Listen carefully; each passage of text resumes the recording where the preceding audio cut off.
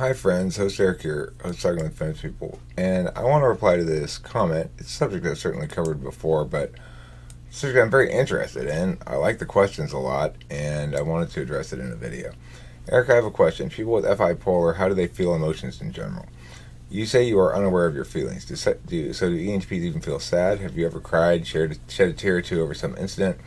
How do ENTPs and ESTPs then deal with such situations? How do you guys express or feel about such things? How would you describe your experience or any other ENTP or ESTP? Well, first let me say I got back from the dentist not that long ago, so this side of the mouth is still kind of numb, and I may drool a little bit while making this video, so please excuse any drool that lands on you. The answer to that is, yeah, we feel emotions plenty. I feel a lot of emotions. When I was making the video earlier about Sinjin's FI question, the one that this is a comment on, and I got to the part where Charles Benson was used to being sad and had tools to deal with that. Just saying that out loud made me sad. Like, I don't like to think of people being sad, and I avoid sad things in general.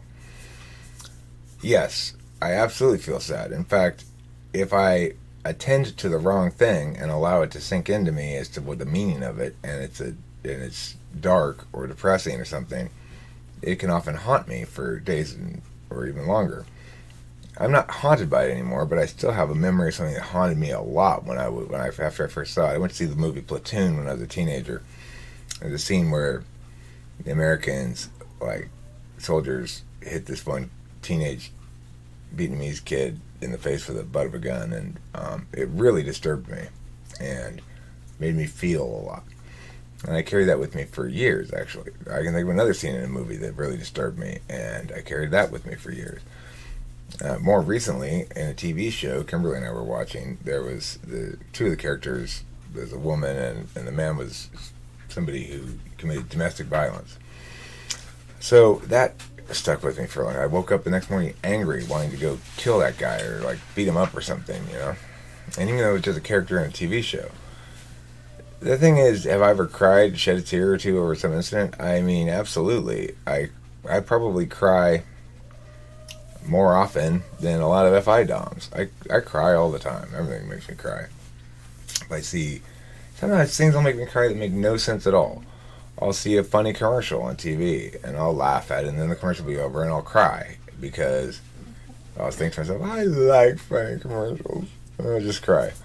One time, Delilah, who's an ESTP, I used to think she was an ENTP, she's an ESTP, we got a piece of mail at our house that was addressed to the cat, and she burst into tears because it was just, I don't know. Who knows why? The thing is, it's not that we're not emotional, it's that we don't know what to do with those emotions. We have no idea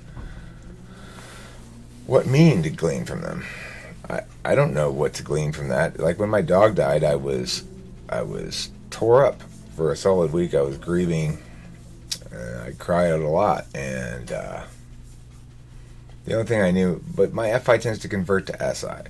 So I would say that for ENTPs, not for ESTPs probably, but for ENTPs, my FI, when I have a lot of feelings, it converts to SI, and what that means is if I go through a period of strong emotions, it makes me very sleepy. I need to take a nap.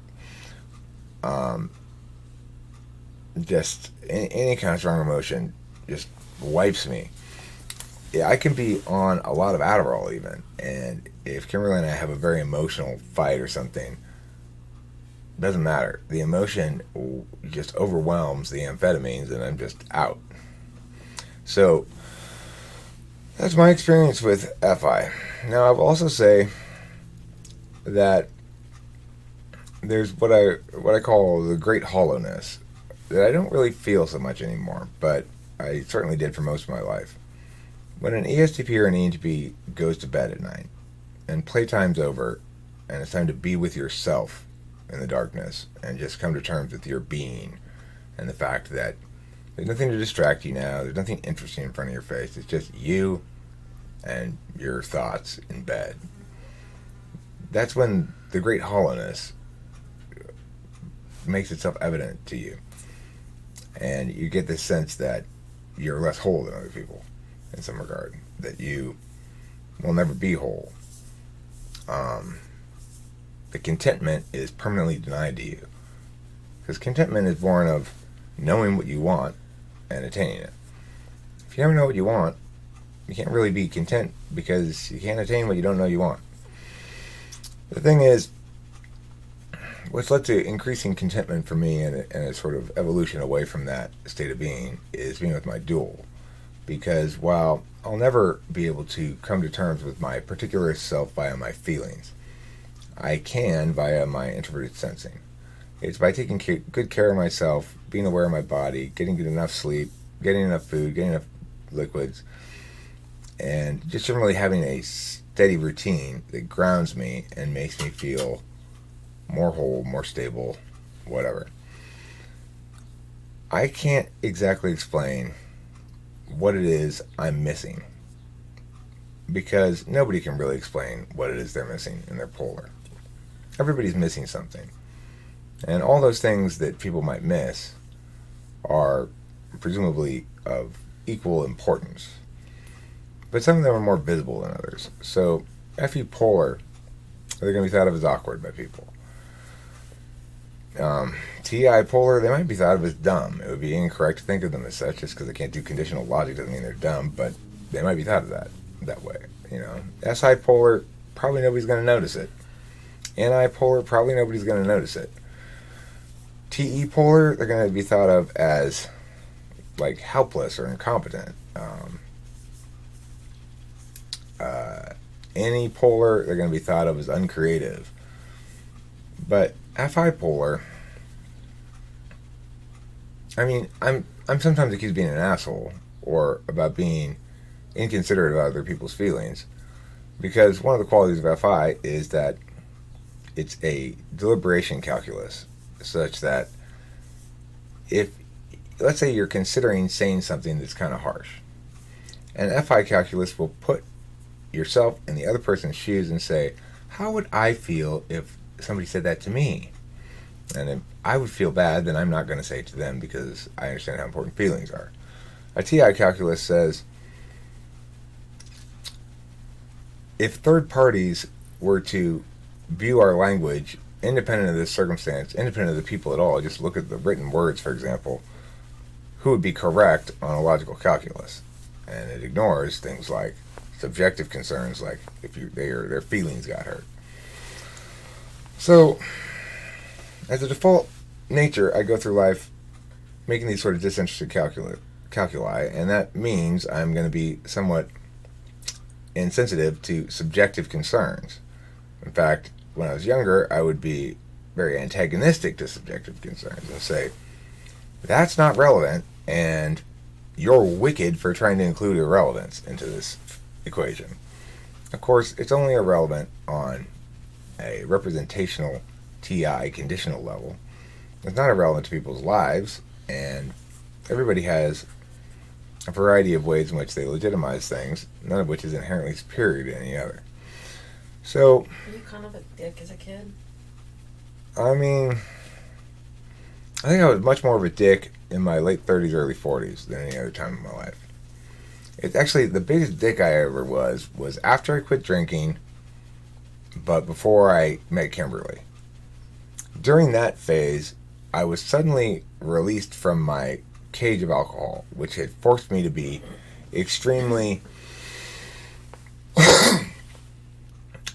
fight avoidant. I always knew that everybody had ammunition against me they could use. They could always just say, well, you're a worthless drunk. That would win the fight. So I avoided conflict a lot, and I got along to get along, so to speak, and generally did what I had to do to protect my drinking. Once I quit drinking, all of a sudden, my nature came back in full force, plus some. And I got very friendly with my 8. I got accustomed for a stretch of that time to bullying my way through the world. Like, if somebody crossed me and I felt I was right, I would use anger to compel change in that situation. And I enjoyed it, and it was satisfying to manifest my full power in that regard. It's because called being in control. Because I had been I had no control, and I had made a deal with the devil for years, by which alcohol came first and myself came second. But ultimately, that kind of bull in a china shop. I mean, it wasn't really a bull in a china shop. It was more like a very precise Sidewinder missile kind of thing. You had to set me up first before I unleashed. In other words, I always try to give people rope and wait until they fully hung themselves before pulling the trigger on it. And, that's the advantage of being a deliberative action type over an interface type. I don't feel the need to be dynamically responsive if it doesn't serve my purposes.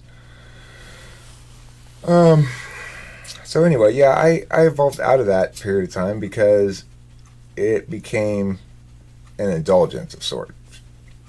And it sort of stopped working, or it started working less well. As soon as Kimberly came into the picture. Well, it didn't work with Kimberly at all. Because she's a bigger bitch than I am and have a bigger dick. She has more capacity to be a bitch than I can be a dick. It's true. She's, if you take, let's see, a mule, a donkey, and Scorpion? a unresolvable problem, and combine them together, you'll approach her level of stubbornness. Barely. And that's perfect for Eric Strauss. Okay, I just got a text from the dentist for my next appointment. Okay, that's fine. Say her a dentist. I will do so. Well, I mean, the thing is... Did you show them your pretty grill? I got these teeth sort of here, but it's not permanent. It's just a temporary bridge. No, I mean, it's fine. The thing about that is, I always took certain kind of detached joy in combat, verbal combat. And I always operated under the assumption that everybody sort of thought it was fun, and it was all fun and games. Nobody's feelings would be hurt at the end of it, regardless of what happened. That you could throw down verbally as much as you want and not have any lasting impacts. Well, that's just not the case. A lot of people carry with them the weight of whatever feelings were evoked by that thing. So, I had to learn, first of all, with Kimberly, that there's zero way of leveraging her. If I try to apply pressure in any direction, she will always fight back.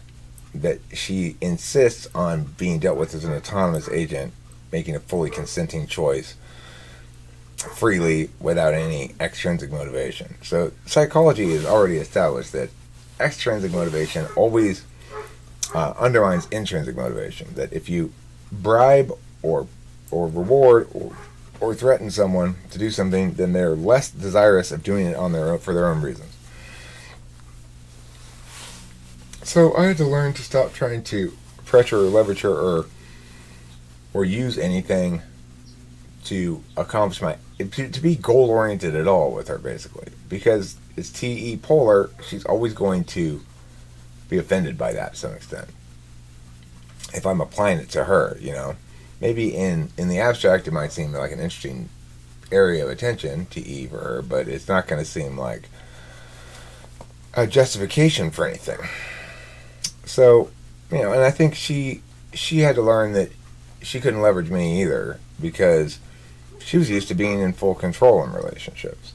She had had a series of situations in which, the men were somewhat disempowered, and in the one prior situation she had where the man was empowered, they were a very poor match, as her tool was his polar. So, coming to be with me was a dramatic shift in understanding of the world for her, and coming to be with her was a dramatic shift in understanding of the world for me.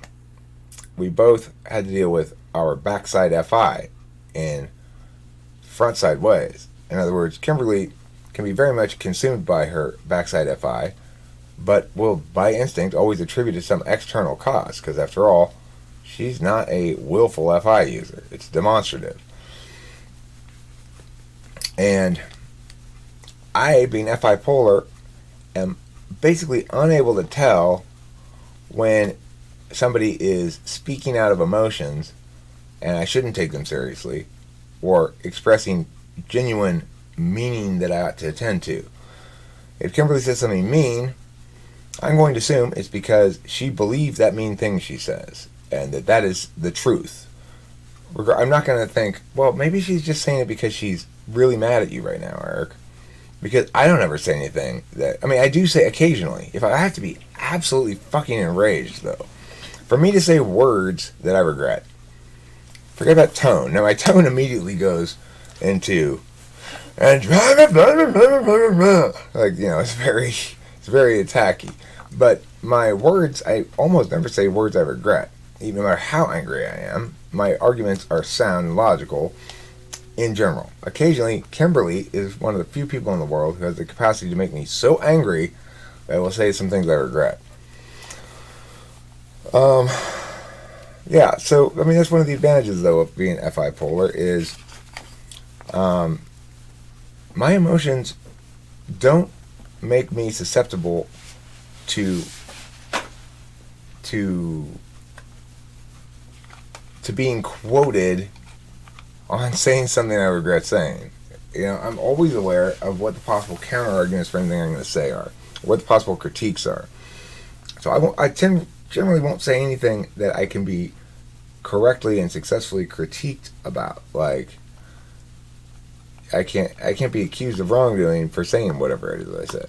So that's why I'm super careful about it. But you know, what I've learned in this relationship is my emotions sometimes make me irrational. I went through a phase, and I'm still wrestling with it a bit, where I have this irrational fear that Kimberly's cheating on me or going to cheat on me. It's not based on anything. I mean, believe me, I've played phone detective for the entire course of our relationship, just constantly looking through her phone for some possible hint that she's cheating on me. And then, you know, the other day I was going to work, and I made a joke. I said, like, you know, I'm like, be good, and then I said something like, well, I guess I'm only going to be gone for a couple hours. You probably don't have time to have an affair. She's like, oh, no, I have time. It only takes a little while. It only takes like 20 minutes or something, 30 minutes. Because she used to be dating, as I did, also before we got together. We each were, in the months prior to getting together. Into the demon pool of affairs. We were both the other person for a married person. Neither of us was doing anything wrong or cheating, but we were both the other person for somebody who was cheating. So, you know, that makes me... It have to be the same type. The thing is, being FI polar means, yeah, they were both INFPs. INFPs, you really need to keep it in your pants.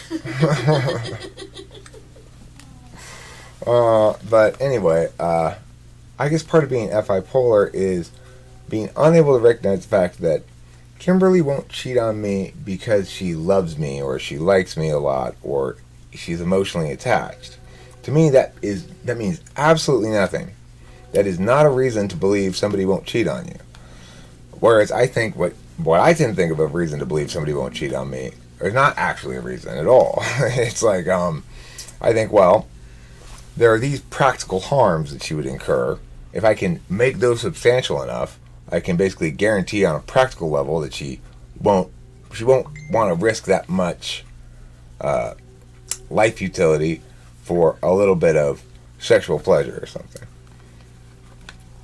So I guess the takeaway from that is being FI polar means assuming other people's feelings can't be counted on for anything.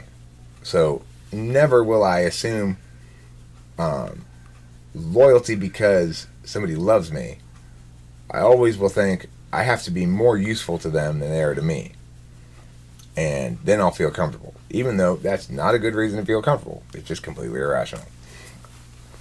So as a consequence, then second, I tend to think whenever I feel strongly about Kimberly, whenever I'm feeling a lot of affection for her or love for her or something, it almost right away goes into protection mode, where I start thinking about who might be after Kimberly and whether somebody's called her and whether she's going to go sneak off and whether Kenny's going to come by around again. You know. Well, what about Michelle Cooter? Kimberly, why do you say that on this channel? Why do you do that? You know I don't want you saying their last name. I didn't say Kenny's last name. What's his last name? I'm not saying that. Well, what the hell then? Oh, I know what it is. Waddle. Kenny Waddle. What a great name. Kimberly Waddle. Aaron Cooter. Oh, no, it doesn't go that direction, baby. Look, the thing is... Okay, he needs to... Oh, look at Kimberly Waddle waddling over there. I love that. She's put on a little bit of weight. She's starting to waddle. What a horrible name. Both of our people had horrible names. Cooter? I mean, come on. Why don't you just name your last name Coochie or Vagina? The name's Bob. Bob Vagina Coochie. Coot. Cunny. Tang. That's my name. Kimberly Waddle Cooter. Kimberly Waddle Cooter is... Waddle Cooter is is like... It's like a verb of some sort. It's like, you know, or a modifier for cooter. We're gonna waddle cooter this. We're gonna waddle cooter this down into the swamp, and then afterwards we're gonna waddle cooter it back out. All right. Bring in the waddle cooter winch. It's good. Yeah, we are putting this up, Kim. I don't know. It's your fault. You did it. You started it. Yeah. Oh yeah. Oh yeah. There's your answer. KKSP, Kangkan Krishna Sarma Pegu.